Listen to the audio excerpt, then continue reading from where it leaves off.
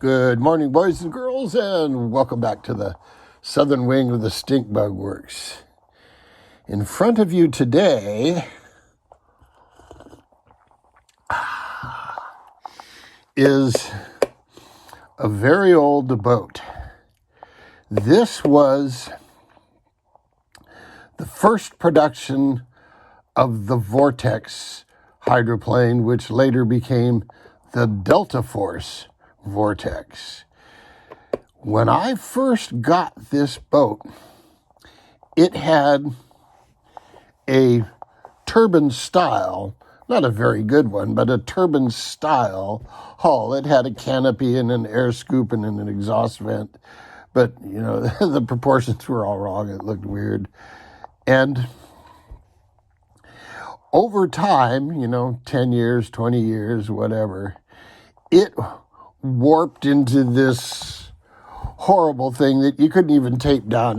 It curved up like this. I mean, it darn near turned itself inside out. So I built a new canopy, and this canopy is actually wood and plastic. It's a piece of basswood that I steamed and curved to fit this curve, and I forced it here with some structure. And this plastic bubble is actually from Randy Naylor's micro hydro, and he had a speed bubble, so you could have the turbine style looking cowl, you could have the piston style looking cowl, or you could have this cowl. So I just cut the plastic out and glued it onto the wood and filled the gap and sanded it, and now I have a little pistol hydro. Anyway, I thought this thing's like 25 years old, and so I thought I would share with you what's in here. Originally, when I built it, I powered it with this. This is an 1107 2Y, so that gives it a 3000 kV. I ran this on 3S with props from 27 to 30 millimeters, I kept them small. The RPM is on 3S is 35,000, so that's enough for a small prop. Anyway, although these things have the torque, I can turn a bigger prop, but you put a bigger prop on these little hulls and the propeller stands still and the boat turns. There's a point where the prop gets so big that they're fighting each other. And, that you can see that in torque. Guys with really big props will be lifting one sponson out of the water as they go, and then it'll settle down. That's a real torquey thing. So, you can deal with a certain amount of it. Too much of it, and things start getting uncontrollable. And that was the problem I was having with this on 3S, is it would become uncontrollable and flighty. It was really hard to keep on the water.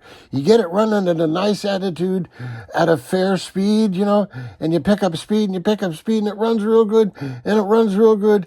And then you nail it and it just goes. Poof.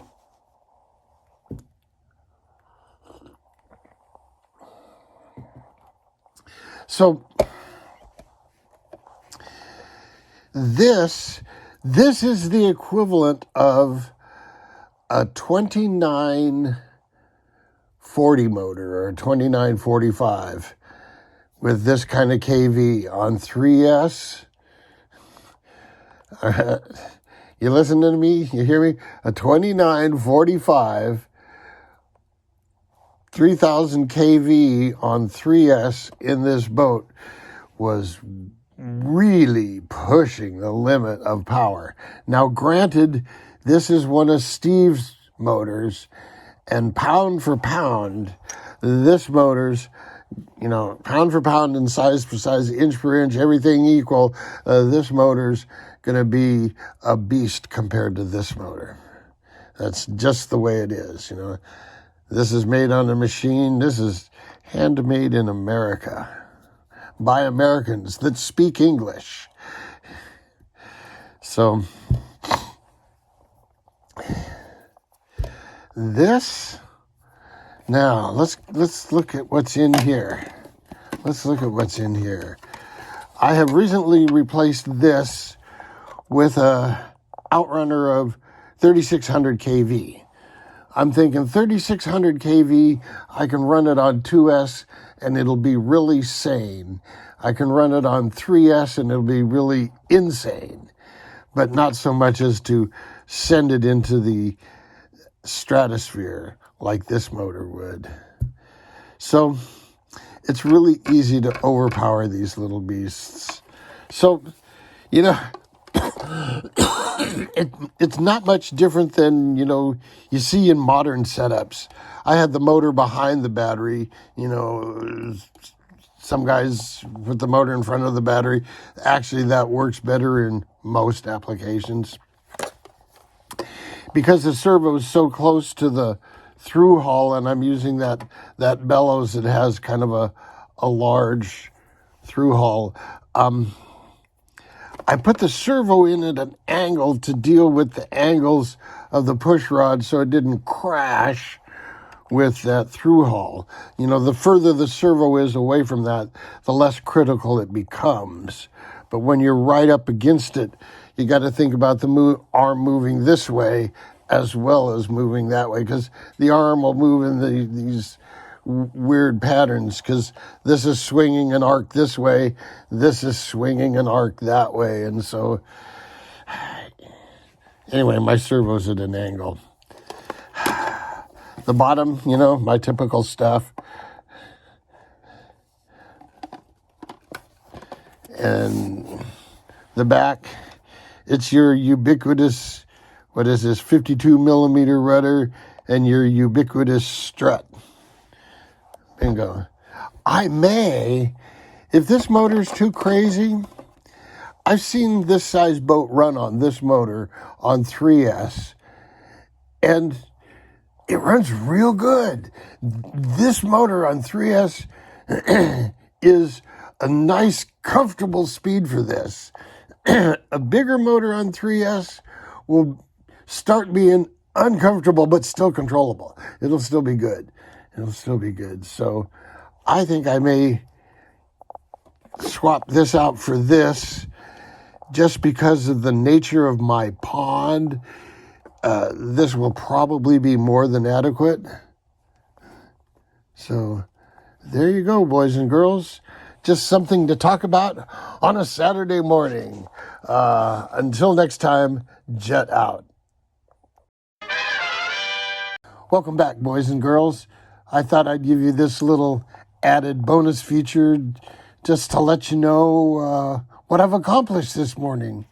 So I took out the outrunner motor of unknown performance and capabilities and put in the X-Team 2835 3300 kV motor.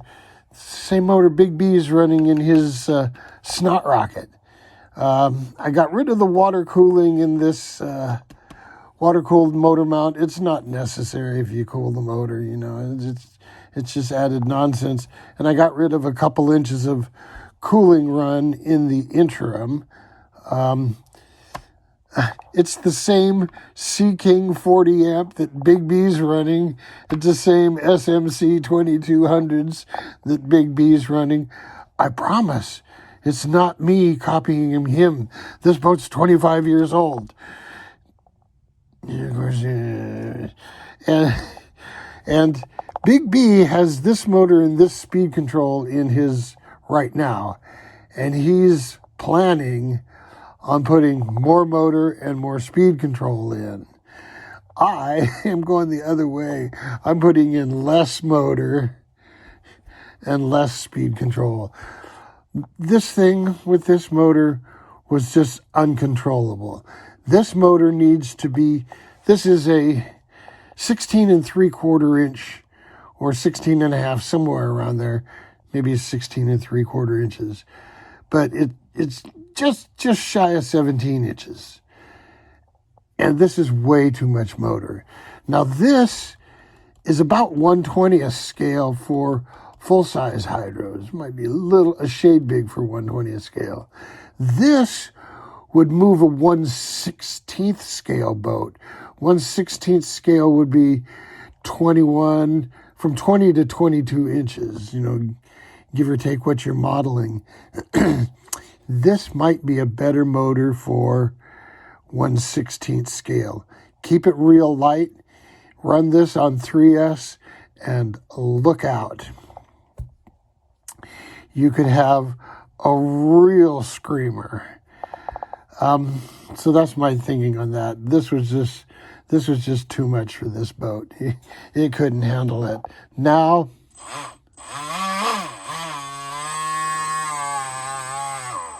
the motor spins the correct direction. Okay, boys and girls, we're ready to rock and roll. Until next time, jet out.